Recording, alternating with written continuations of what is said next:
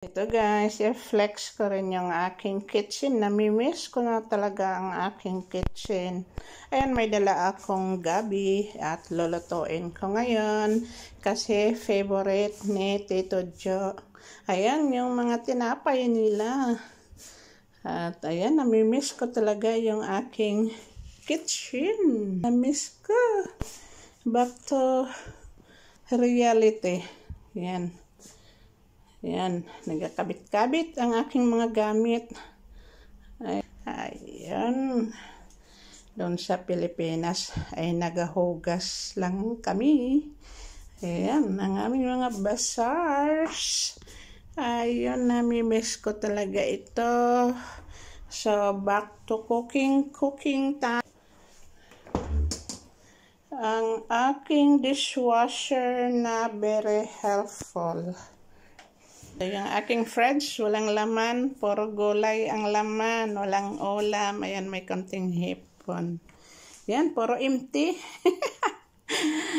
Wala ang taga-loto, kaya very ano lang yung laman, puro pang diet. Ngayon ay maghimay ako ng aking gabi. So ito guys, yung aking gabi na dala. Binigay ito ng aking BFF na si Ellen Nedek. Ayan o.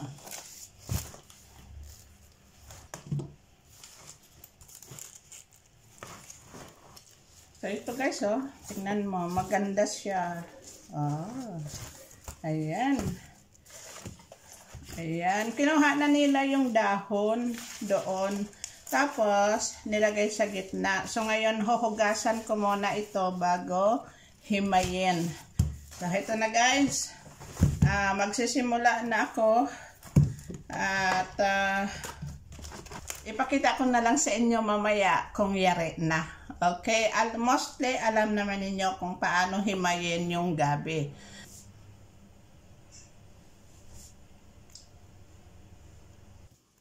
So, ito na guys, nahimay ko na yung dahon ng aking gabi. Hindi ko hiniwa ito guys. Ang ginawa ko lang, pinagputol-putol ko lang ng kamay ko. Kasi, sabi nila, pag ginahiwa ng kutsilyo yung mga gulay, nawawala daw or napuputol ang kanilang fibers. So, kahit nga mga salad, naririnig ko rin yan sa mga Western people na hindi nila hinihiwa yung salad ng kutsilyo. At ito naman yung kanyang tangkay. Konti na lang natira sa kanyang laman kasi nasira guys. Kasi dapat hindi ko pala to binalot ng plastic. Dapat papel para hindi mag-moist. Ay, parang of course naratin siya kasi basa sa loob. So, ito na guys, yung aking gabi. So, ngayon, ilalagay na natin sa ating kasarol. Ito guys, yung aking kasarol. At ito naman yung aking sangkap. Mayroon na akong ginger. Hiniwa ko lang ng malalaki para hindi talaga makain yung ginger. Kasi kung maliit, minsan nakakain at mayroong ayaw. At mayroon akong onion. Isang pirasong chili pang appetizer at maraming garlic dahil wala akong lemongrass. So, ayan guys, unahin ko muna itong ating mga sangkap dito sa baba ng bottom ng ating kasarol. Ayan. Pero maghalo naman yan mamaya. Ito, ganon. Ganon ako magluto guys. Ngayon, lagyan ko na siya ng 1 tablespoon of salt. So, ngayon nilagay ko na yung ating tangkay at saka yung laman. Hindi nyo napapansin guys, nagagamit ko pa rin yung aking mahiwagang bilao. Dala ko na naman ito guys. Maliit lang ito. Pwede gawing plato. Pwedeng gawin ng lalagyan ng mga pretos. Pag mayroon kang ginaprito na hindi marami, so okay na ito.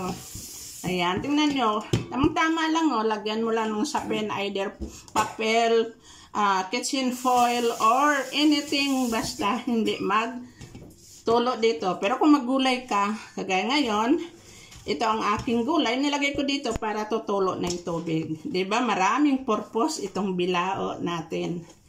At ito naman yung dahon. Ayan. So, ito na guys. Wala kasi tayo ditong lemongrass. Hindi ako nakabili sa Asiatic shop. So, ganito na lang. Marami namang option tayo na magagamit na para sumarap yung ating mga niloloto. Ngayon, lagyan ko ito ng mga 1 cup of hot water. Mayroon naman akong hot water. Ang hot water ko guys, nilalagay ko sa aking mahiwagang thermos na maliit. Ayan. So, ilagay na natin para maluto siya. Pag maluto na siya, saka natin lagyan ng gata. Kasi ibang klase yung gata dito. Hindi naman marami. Maliit lang. So, ngayon isa lang na natin. At hintayin na maluto bago natin haluin at ilagay yung ating gata. So, ito na guys. Tingnan natin yung ating gabi. Wow! Ayan na siya guys. Haluin natin. Oh. Wala nang sabaw. Tamang-tama lang. Lagyan na natin ng gata. Guys, may gata na. Mukhang sarap.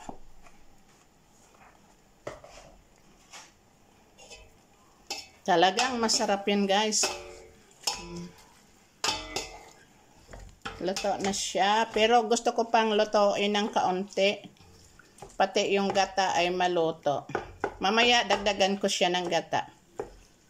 Kasi gusto ko mayroong maaamoy yung pagka-fresh ng gata. Yung preskong-presko ba? So ngayon lagyan muna natin ng takip at pakuluin muna natin yung ating gata. Ito guys, ready na siguro ito. Dagdagan natin ulit ng gata. Gawa ng parang kaunti lang yung sabaw niya. At masarap kasi ang sabaw isahog sa kanin. So ayan, dagdagan natin ng gata. Para pwede tayong lumangoy sa gata. Diba? Super sarap ha. Yan.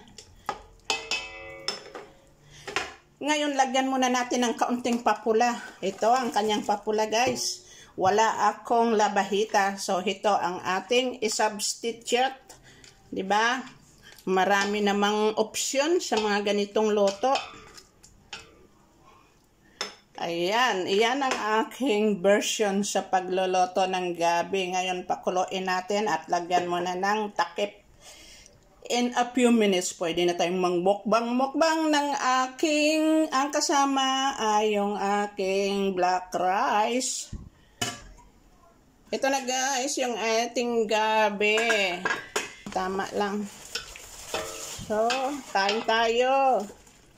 Ayan. Okay na ang pagkaluto. Tikman ko nga. Wow. Super yummy yummy. Ayan guys, oh. Hindi kayo, kain tayo. Gabi, galing sa kabukiran. Ito ang masarap na pagkain.